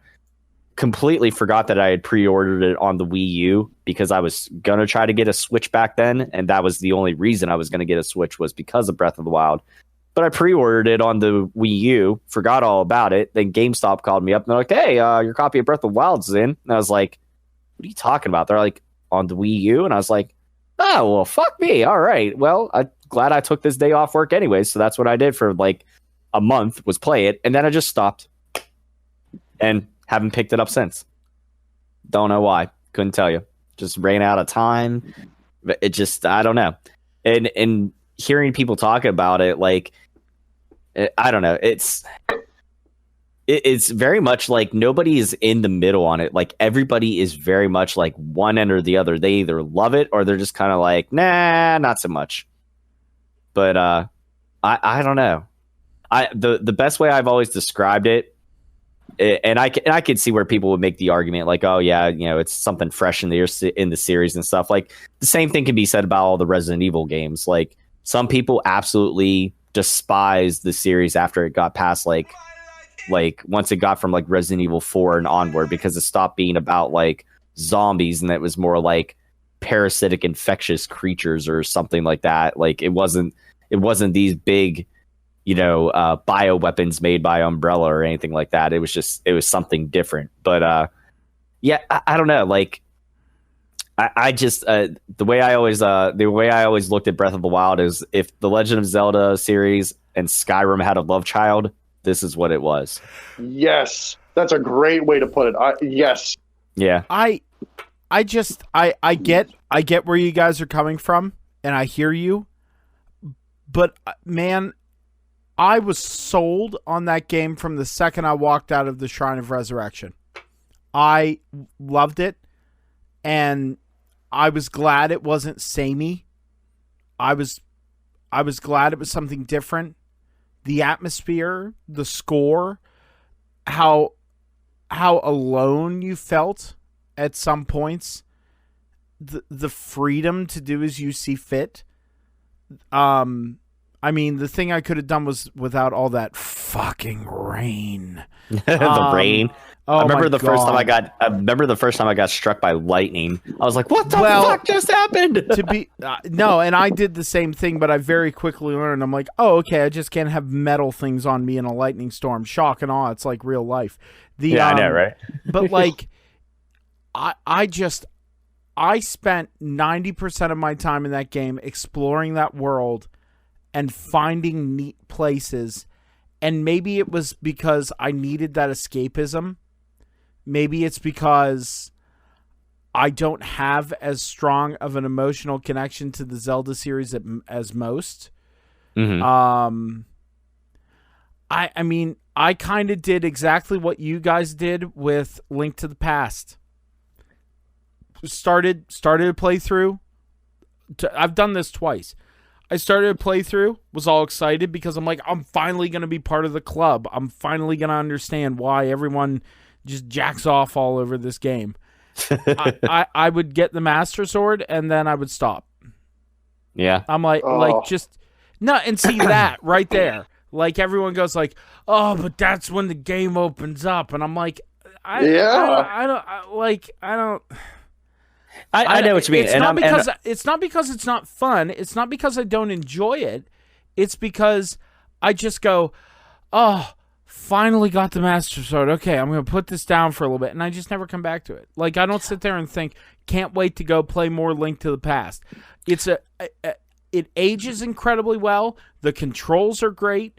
I like the music. I like it. I just kind of go meh. It's not anything like again, like whenever I put down Breath of the Wild, it wasn't because I disliked it. It was just because something else happened in life and it just kind of sidetracked me, and I just stopped. Like I did the same thing with Skyrim. I've never beaten Skyrim, although I guess you never truly do beat Skyrim. But whatever, that's a whole nother argument. But I did the same thing for a while. Like, you know. I started playing it for a little bit and I was going ham on it and then just stopped. And I've done that I've done that with TV shows, with video games. It just something will happen and I get pulled in other directions. And some things I come back to, some things I don't.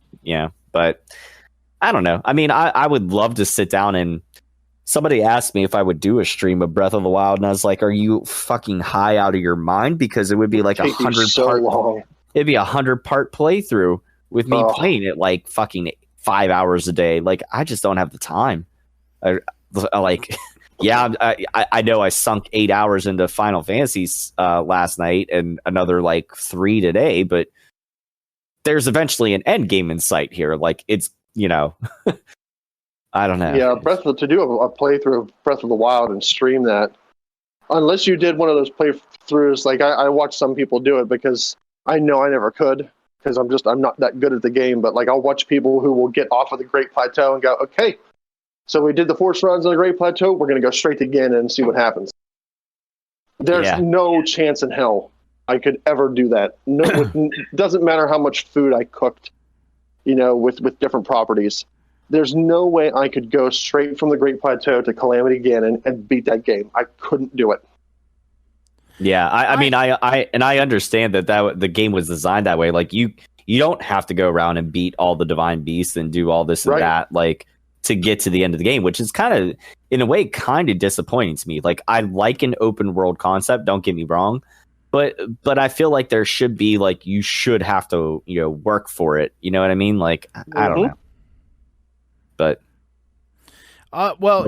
speaking of things that we have to work for, you won't have to work for anything if you have $1 million, but hey, good segue. Fuck. Tom's finally going to be here for this one.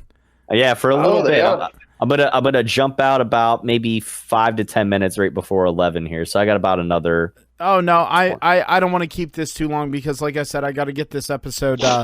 The editing process begun, and then I also have to get to bed because I gotta go to work tomorrow. Yeah, I got Mario Maker coming up here, which by the time this already airs, people have already, whatever. It's already done and passed. But I got a lot of people sending me their super worlds now with this latest update. And it's just like, play my world. And I'm like, oh my God, you and everybody else. Oh, dude, I gotta fire up that game so I can get the download because I really would like to try it. I bought that game, did not spend enough time on it.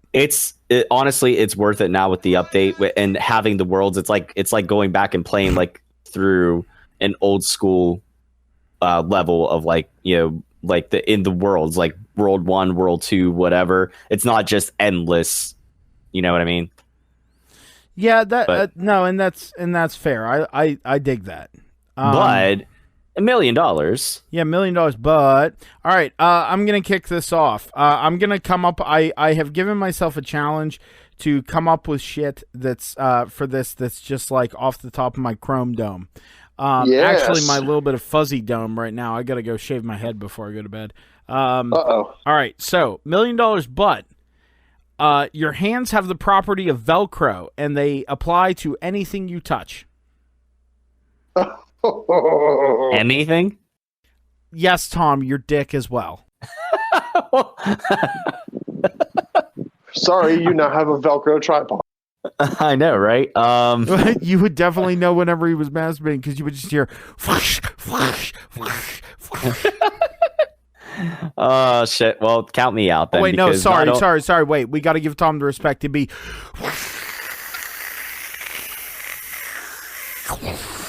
You cut out there, but oh well. Anywho, I'm gonna say no, just because it would be a huge inconvenience, not only for me and my dick, but for anyone or any other thing that I touch. So, no, I can't imagine trying to play video games that way too. Like, it'd be like playing every game on the hardest difficulty. Yeah, fuck that noise. I'm gonna say no too, because there's too many things that, like with my job, like I'm constantly typing. So to like touch every key on that keyboard and try to Velcro my way off of that, it would take me years to get anything done. I didn't even think about it from a work aspect too. Fucking massage therapy. No way could I do it. I would do it. That wouldn't be feasible. I would do it. You would? Spider Poot. How would you play guitars though? Yeah. Listen, man, when you overcome the initial building calluses phase and figuring out how your dumb fingers work on that fretboard, just about anything is overcoming. Plus, have you ever tried to put like it's less surface area, so your fingers really wouldn't grip the strings that bad? That's probably a good point there. Yeah, there you go. And Well plus, played. I'd never drop a guitar pick again. I mean, that's a good point. It writes itself. My hand would always stay anchored exactly where I want it to be for palm mutes. It's perfect. Oh, you know what? I enjoy shooting, so that would actually be a benefit holding a gun. Whoosh, gun hands, oh, Ransom. Dang. Yeah, right. Well, I mean, like, I follow a lot of like different gun boards and gun videos and stuff, and a lot of things that they talk about with different guns is like, oh, I don't like this pistol because it doesn't have an aggressive enough texturing to it. So if you are bleeding from your hand or you get sweaty, you tend to slip with certain pistols. But if you had a Velcro hand, that fucker's in there and it's not going anywhere. Yeah, that would be the only benefit for me. But I'd still have to say no. Okay. Well, there we go. There's a yes and 2 no's. Who am I going to send it to now? Ransom, you got one? Okay. $1 million, but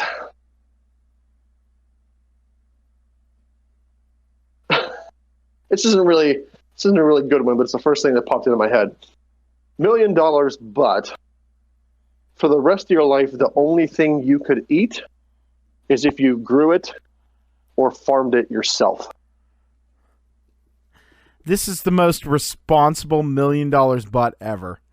So, I mean, you can still eat meat, but you would have to, you'd have to farm the livestock. You'd have to feed it, you'd have to butcher it, you'd have to cook, like, you know what I mean?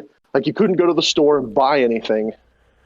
If you wanted to bake something like a dessert, cake, whatever, all of that. You'd have to cultivate, the flower yourself.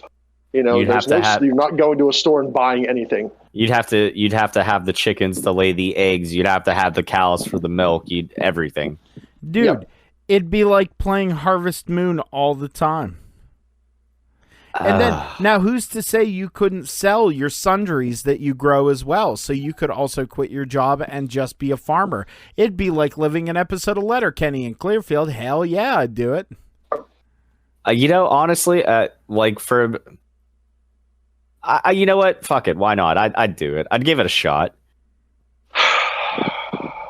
I don't. This one's a tough one for me because it's only applying to food, right? It is, but that takes a lot of time. Like a lot of time out of your general day. So to tend to all that stuff, because if you're like, well, this week I'm just really not feeling it, or if you let something go, that's a lot of time and responsibility to put into that. Like, well, I left my tomato plants go or whatever. Like, well, they're gone until you grow them again from scratch. Or you have a bad season, bad weather. Your field or whatever catches fire and you lose your crops. There's a blight.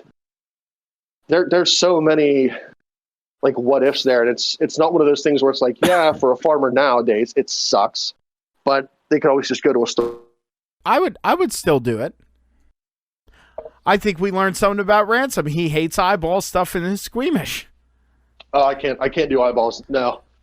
Like if they popped out of my sockets and I had to like grab them and put them back in. Okay. Well, Tom, what about you? So are they like popping out to the point where they can like roll across the floor like some sort of like? No. They're attached by the like noodly nerve ending thing. It's just they're down by your chin. Is there any way that I like if I know I'm gonna sneeze, can I just like hold my hands up in front of my eyes so they don't pop out? I mean, you could try, but even though I said it doesn't hurt, you could still damage the shit out of your eyes. Then I'm gonna go with no because I kind of value my eyesight. They're already shit as it is, and I'm already half blind. But I'd really like to not fuck them up anymore. So again, maybe I'm just a weird cartoon character. I would absolutely do it because it would be great for bar bets and parties. Man, dude, look, I used to do cigarette tricks whenever you still could smoke in bars in college, and I would get people to buy me drinks all the time because I would do dumb tricks. Like, the eyeball thing would be great. I'm sold. Absolutely sold. Well, Tom, you got to duck out here, don't you? You got to go get ready for your casual gaming dad Straham. I do. I got some Mario Maker 2 coming up, so I got to go prepare. You got to mentally prepare. Get ready for the anger, boys. Oh, yeah. I'm definitely going to watch this one because I'm super interested to see what calamities somebody puts together and makes you go through. Oh yeah, I'll share the stream link in the group chat for you then. Oh yes, definitely. Oh, I generally don't because I figure like if you guys want to see it bad enough, my page, you know where to find me. But if I know it's something that somebody's really looking forward to, like I know Beef was like #wet for Cloud. That's why I shared the first playthrough of Final Fantasy VII. So I will definitely watch the VOD of that, but I'm gonna have to go to bed here soon myself. No problem, man. All right, thank guys. you, Tom. I'll catch you later. Yeah, good talking to you tonight, Tom. All right, man. Have a good night, guys. All right, bye, buddy. And then there were two. Oh no. So it looks like it's you and me, $1 million butt Ransom. All right, I don't have one yet, so lay into me with another one while I think. All right, let me think here. $1 million butt. When you poop, it's like rabbit poop. So Yes. little tiny pellets. Easy. Easy? Oh yeah, that's fine. I'll do that. Okay. Well, let's add a little bit of a curveball to this because that was kind of a softball. Let's add a little bit of a curve to it. So. Oh, no. So, $1 million, but it's rabbit poop. But whenever you do, it comes out at a very high velocity. So it's like a BB gun.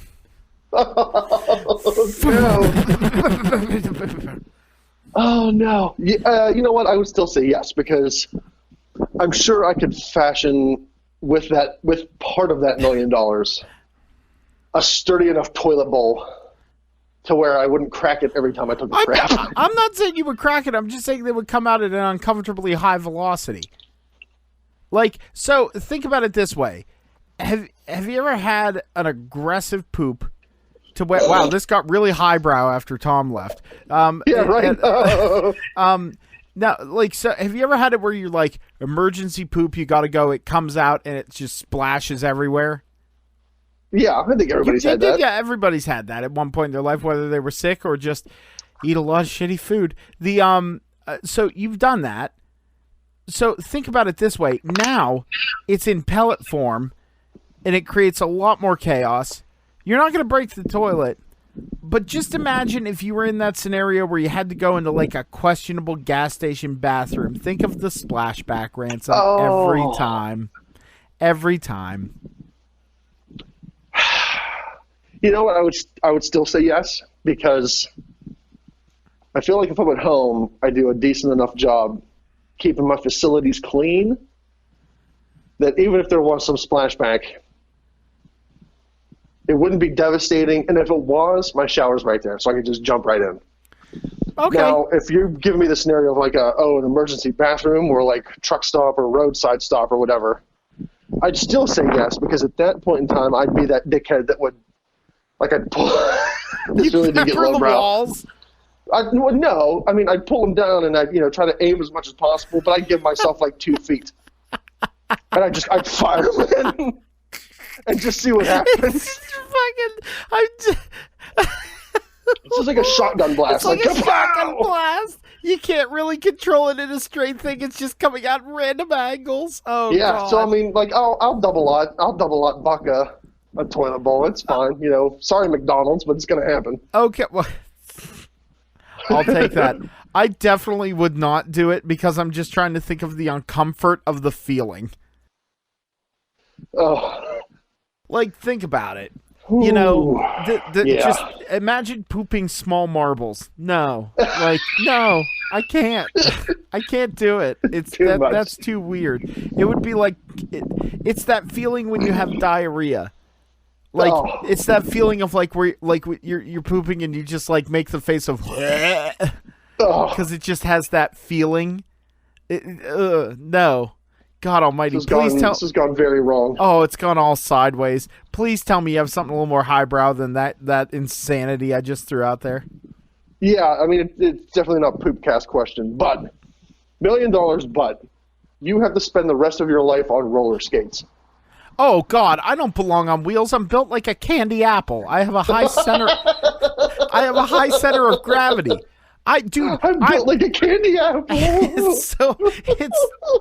It's so bad. I barely am allowed to be in a car. I'm afraid I'm going to tip over. Like, no. Like, not even close. I actually don't know how to roller skate. Well, I mean, if you had to spend the rest of your life on roller skates, I would figure you would master it pretty quick. It would be a gross comedy of errors. I would kill myself in the first 10 hours. Like, I would have so many concussions that whenever we tried to do the introductions for the podcast, it'd be like, and our reigning defending undisputed cruiserweight champion, Poot the Bard. And I would just go, burn. No way. No, I don't belong on wheels. Fuck that noise. No. What about you? I would say yes. I feel like the trickiest part for me would be showering. I don't know how I would be able to maintain composure in the shower. So are the wheels... Is it just you have permanent roller skates on your feet, or like they're part of your flesh? They're part of your flesh. Like you can't take them off. Like it's... Ew. Yeah. Your feet pretty much just become four wheels on each foot. Ah, no. Oh, ew. So each wheel is as sensitive as the bottom of your feet? No, no, you don't feel it. So like if you're roller skating through gravel, you're not like ah. But I mean, like they're attached to you, so where like you can't take them off. Your nerve endings end at the bottom of your feet, but like the wheels are attached to the bottom of your feet. Like it's not like you're wearing a shoe like you would normally wear a roller skate. You lace them up and everything. It's just permanent wheels on the bottom of your feet, but they don't have any sort of nerve endings. They don't bleed. None of that. I am desperate to see Beef do this. Oh. I am absolutely desperate to see Beef on roller skates 24/7. All right. Every bone in his body would be broken. Immediately. The roller skates appear, and then all of a sudden his skeleton just disintegrates. He has to just blob everywhere. I love you, Beef. I love you. I would do the same thing. You heard me say I don't belong on wheels. All right. $1 million but for one 24-hour period a month for the rest of your life. You have to, like, you'll hear a klaxon and the world becomes Silent Hill. For one 24-hour period. I feel like I'm not going to be good at answering this because I never played any of the Silent Hill games. That's okay. Is it zombies or is it just like a comedy of horrors? This is going to be okay. Do yourself a favor. I'm going to give you until next week to answer this one. Okay. I want you to do me a favor because it's actually in retrospect, it's actually heralded as a really good video game movie. Do yourself a favor and watch Silent Hill, the movie, the video game movie. Like, okay. There are two that are out. One of them is a newer one. Don't watch that one. Let me send you to the Silent Hill movie. I know this is thrilling for people. It's the one that came out in 2006. You do not want Silent Hill Revelations. You want just Silent Hill. Okay? Is it like an actual movie?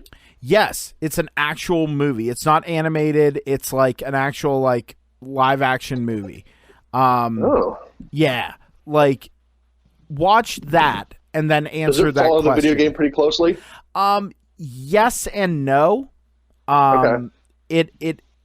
It's very true to the spirit of the video game, but it's just the characters are not accurate. Like the main character is not accurate, but the story is, the setting is, and everything that it's accurate.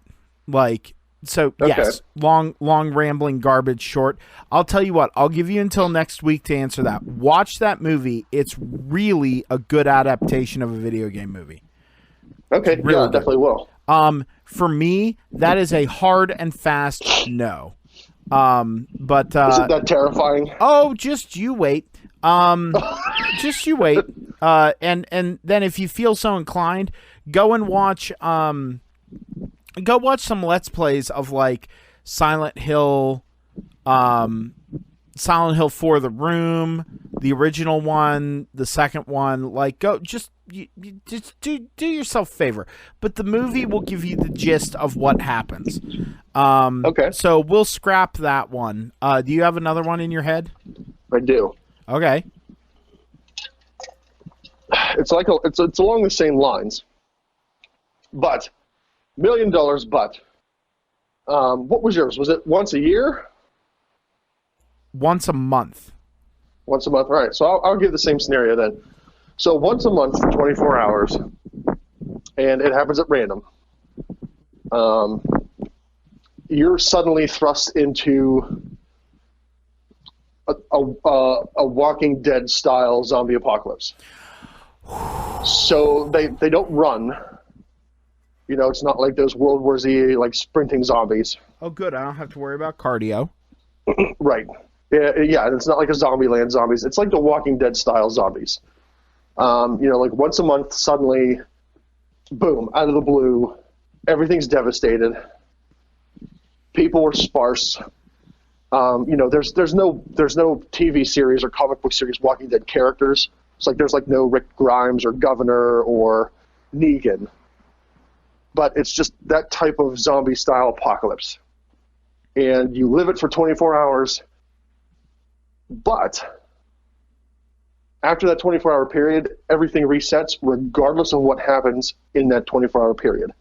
So if you get bit, well, you got bit. But after that 24 hours is up, it snaps back. You're back to the old world, back to reality.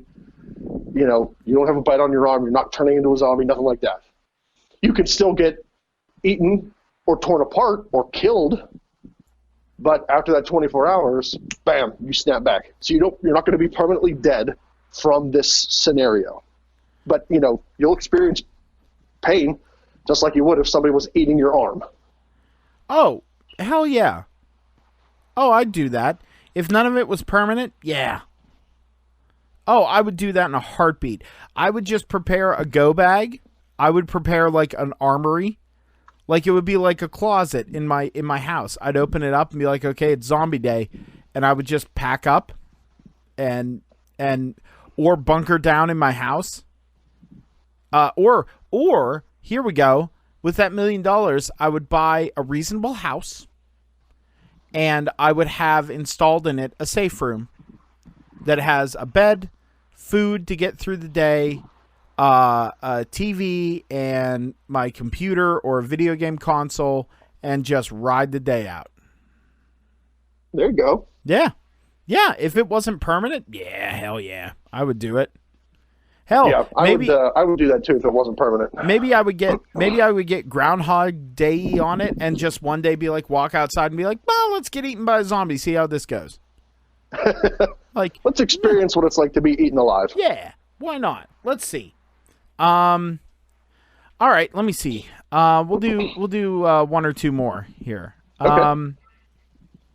Let's see. $1 million, but every time. I'm trying to figure out how to work this scenario. Okay. $1 million, but every time that you think about wanting a beer, you immediately get shit-faced. Oh. Like, so you're at work.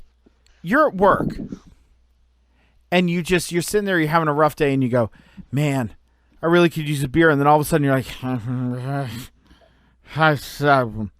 you guys, and you look at your coworkers and go, hey, stop clacking your keyboard so loud. I love you.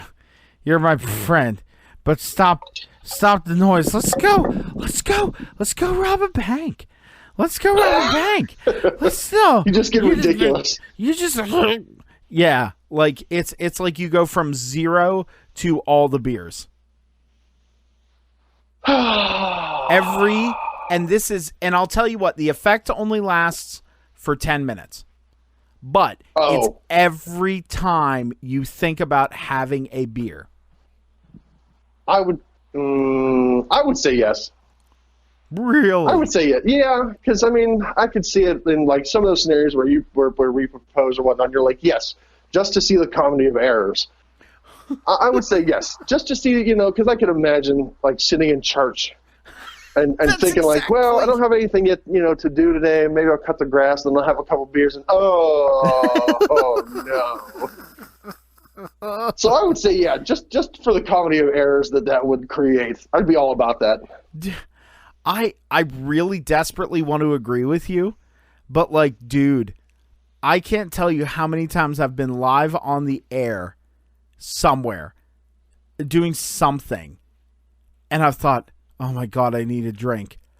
Dude, it would be cataclysmically bad.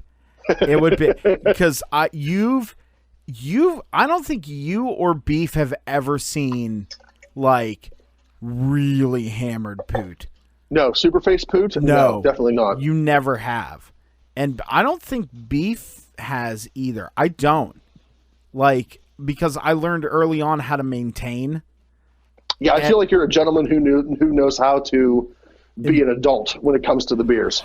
Oh, that's not been the case my whole life. Oh, really? Oh no, my God! Did Beef ever tell you the hierarchy? No, Beef has seen really drunk Poot. This was a story I can't believe I told. So, do you have another $1 million butt, or can I tell a drunk story? Tell a drunk story. Okay, so it was when Beef was still living in Clearfield. This was before he met Brittany. Okay. Was this after college? Yeah, it was still during my college, and I think Beef was in his. No, Beef was done.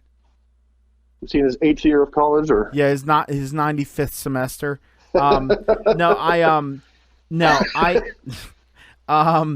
It might have been the summer of his, like, after his last year. Okay. And I think it was the summer before my final year. I can't remember exactly. He would probably be able to clarify. But we were at a place in Clearfield called Dinger's. And it was when it was open at the time. It was an awesome bar. It had a dock right on the Susquehanna. Like, you could go sit outside and everything. But we were inside.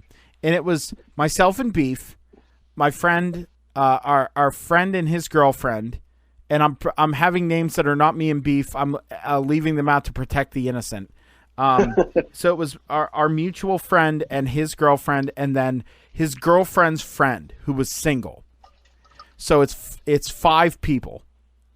And we went down to Dinger's and we tied a good one on, and we were there until probably 2:30 in the morning, like after the bar closed. Oh, damn. And so we like, the bartender at one point was just making us shots for giggles. Like, yeah, he was just like, it was after everyone closed. We were still in there, and he was just like, we knew him. So he was like, yeah, let me make you a shot. Let me make you another shot. And apparently Beef, the following, if not the following day, it was a day or two shortly after that, we got together and went to the truck stop, and we were talking, and he told me, he said, dude, you turn into Don Juan. And I was like, what? And he goes, dude, you know how to, he said, you know how to spin a line with the best of them. He said, and I was like, what are you talking about? He said, dude, you were hitting on our buddy, like the single girl that was there. He's like, dude, you set up a double date with him and our 2 friends who were together. Like, he was like, I don't know how you do it. He was just like, dude, you just, like, you know how to spin a line. And he called me Don Juan. So this is where I figured out the hierarchy. There's me, there's sober me, right? There's sober me. And then there's a giant breadth of like tipsy, intoxicated Poot, where I'm just me cranked up to 11. I want to be everyone's friend. I want to talk to everybody. Like, I'm just having a good time. But then once you break past that glass ceiling into faced Poot, Beef said, I apparently turned into a walking hard-on. He said, no. But not like a bro. He said, like, dude, okay. He said, you turn into Don Juan. You will go to girls that are way out of your league and just spin a line, and they love it. And I was like, I don't know that. Do you not remember that? Oh, well, I do, but I don't remember like being that heavy-handed about it, like in the sense of having it work. You know what I mean? And having and being that charming. But then again, I also don't remember how I got home. Yeah. That's another story for another time, though. There are some facets of this story I have left out to protect the innocent on this recording. So, but yeah, apparently that's the reason that I don't, though, drink that much anymore. Is simply because I don't like who I become.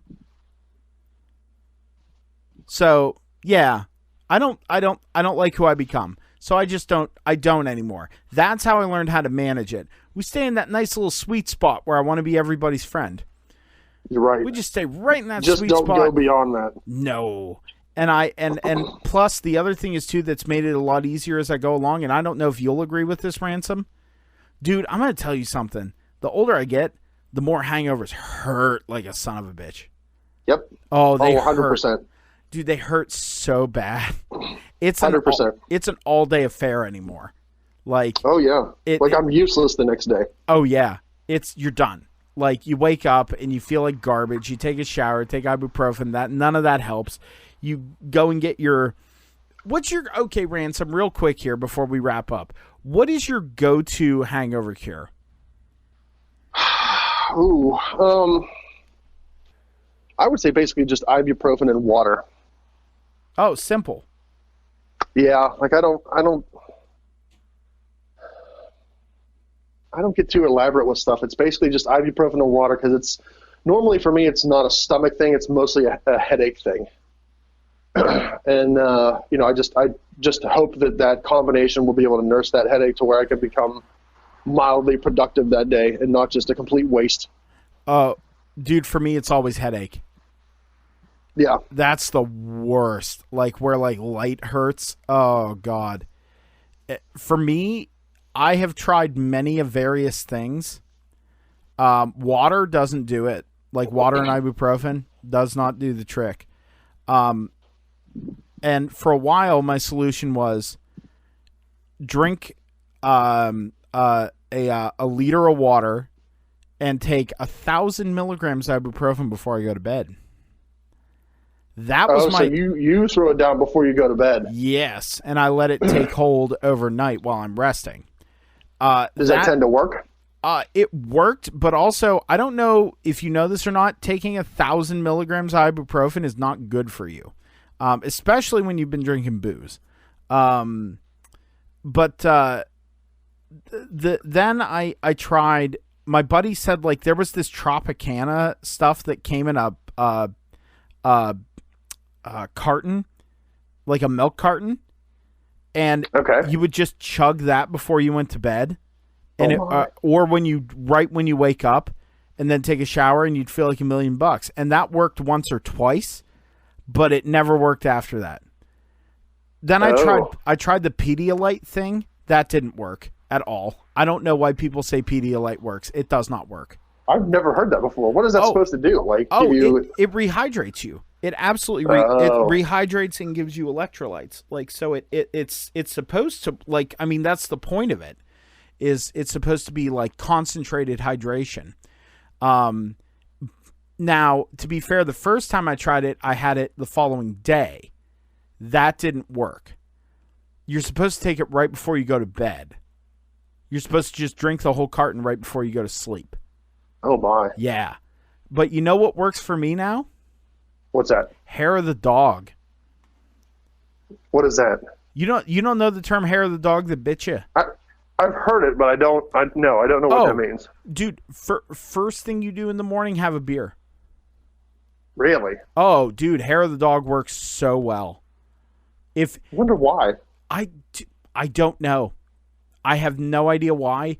My buddy Dave told me to try it, and I said, dude, that's an old wives' tale. He said, try it. So we were on vacation the one year, and I had a screaming hangover. And I woke up, and I had breakfast. And by breakfast, I mean I had a bite of eggs, and I was like, nope.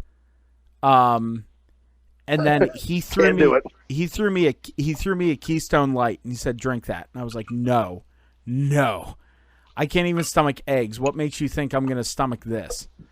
And he goes, just try it. So I cracked it open. I muscled it down. Literally 20 minutes later, felt great. Oh, I'm going to have to try that. Dude, hair of the dog. It works. It absolutely works. The wall that you have to get through is you know, if your stomach's upset and you don't want to like consume food, muscling down an alcoholic beverage, which is the last thing your body like mentally you want. Is it tough? Oh yeah. Is it? So you really want a litmus test, tie a really good one on, and then the next day have 1 or 2 beers just left for your hair of the dog. Try it. I'm going to have to keep that in mind. Yeah. Keep that in mind.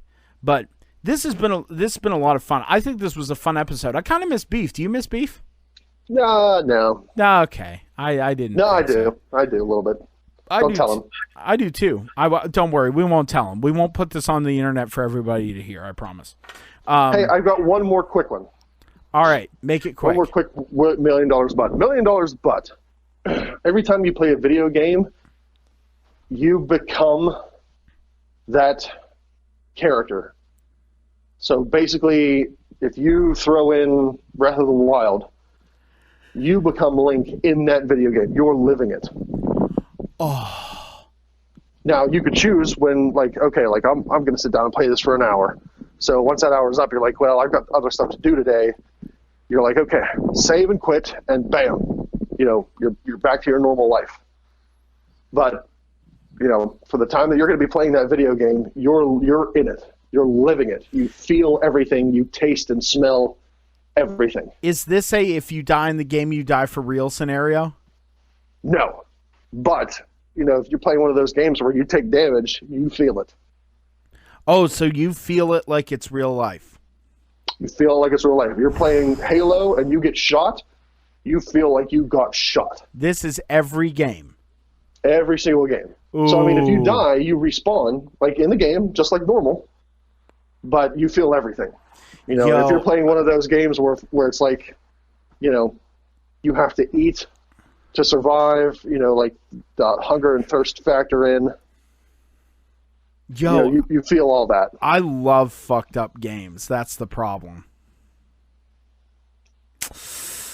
Oh, what about you? You know what? You answer this first. It's your question. I got to think about this.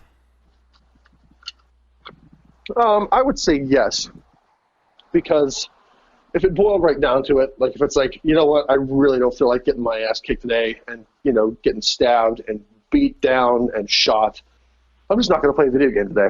Like, I'll do something else. I'll watch a movie. I'll go outside. I'll, build some Legos with the kids. Or, I'll try to do something productive with my day.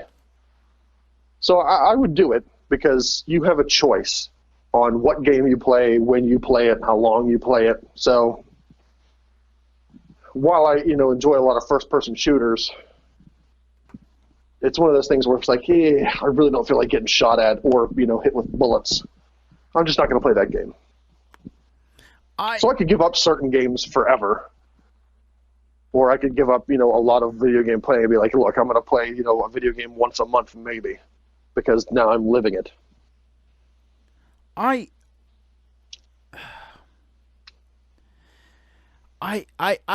get that, but like I said, I like games like Doom and Five Nights at Freddy's and Silent Hill and Darkest Dungeon and Binding of Isaac. Like, those are the games I like.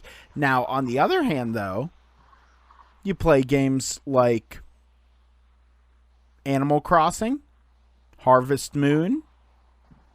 If you want to just have like an okay day, you just play like a nice little relaxing game. I like that. You know what? I would do it. I would absolutely do it. I like that. I like that idea. I would do it. So there we go. We each got $1 million and we get to be our favorite video game characters. Wahey. I think that'd be tough for Tom. I don't know that he'd be able to do that with all the games that he plays. I think he would want to do it, though. I'm not going to lie. Him and his tripodness seems like a masochist. Good night, everyone.